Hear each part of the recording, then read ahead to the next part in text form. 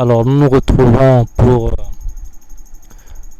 la dernière partie du chapitre connexion à une base de données.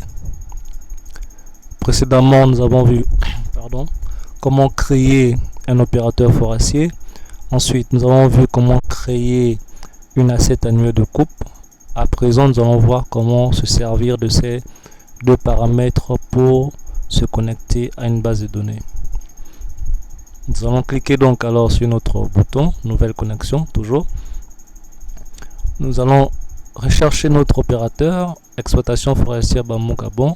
On sélectionne et vous voyez que lorsque nous sélectionnons l'opérateur, automatiquement le programme va rechercher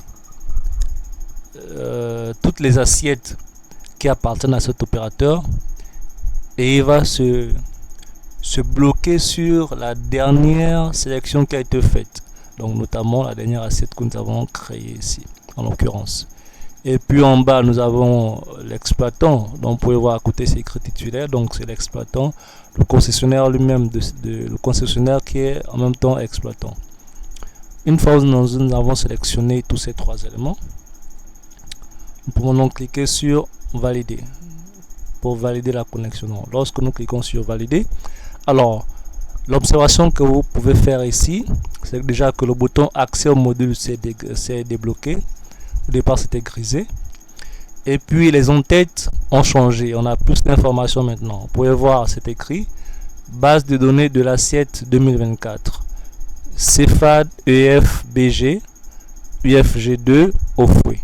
Donc vous pouvez voir que là le programme vient de se connecter à une base de données et puis le bouton nouvelle connexion a changé, c'est désormais changer la connexion. En ce moment vous pouvez saisir le code d'accès par défaut qui est fourni avec le programme, donc moi je vous le dirai pas. Voilà, donc le code d'accès est saisi.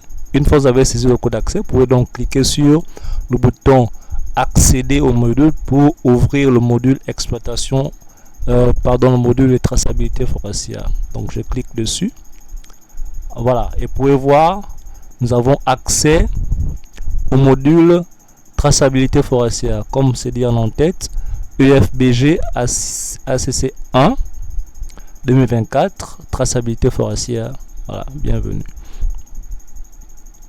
Nous pouvons ici voir en menu rapide les différentes options qui s'offrent à nous. Voilà, et dans les prochaines vidéos nous allons regarder pas à pas les différentes interfaces et autres. Merci encore pour votre attention et je vous donne rendez-vous pour le chapitre 2. Bonne soirée chez vous.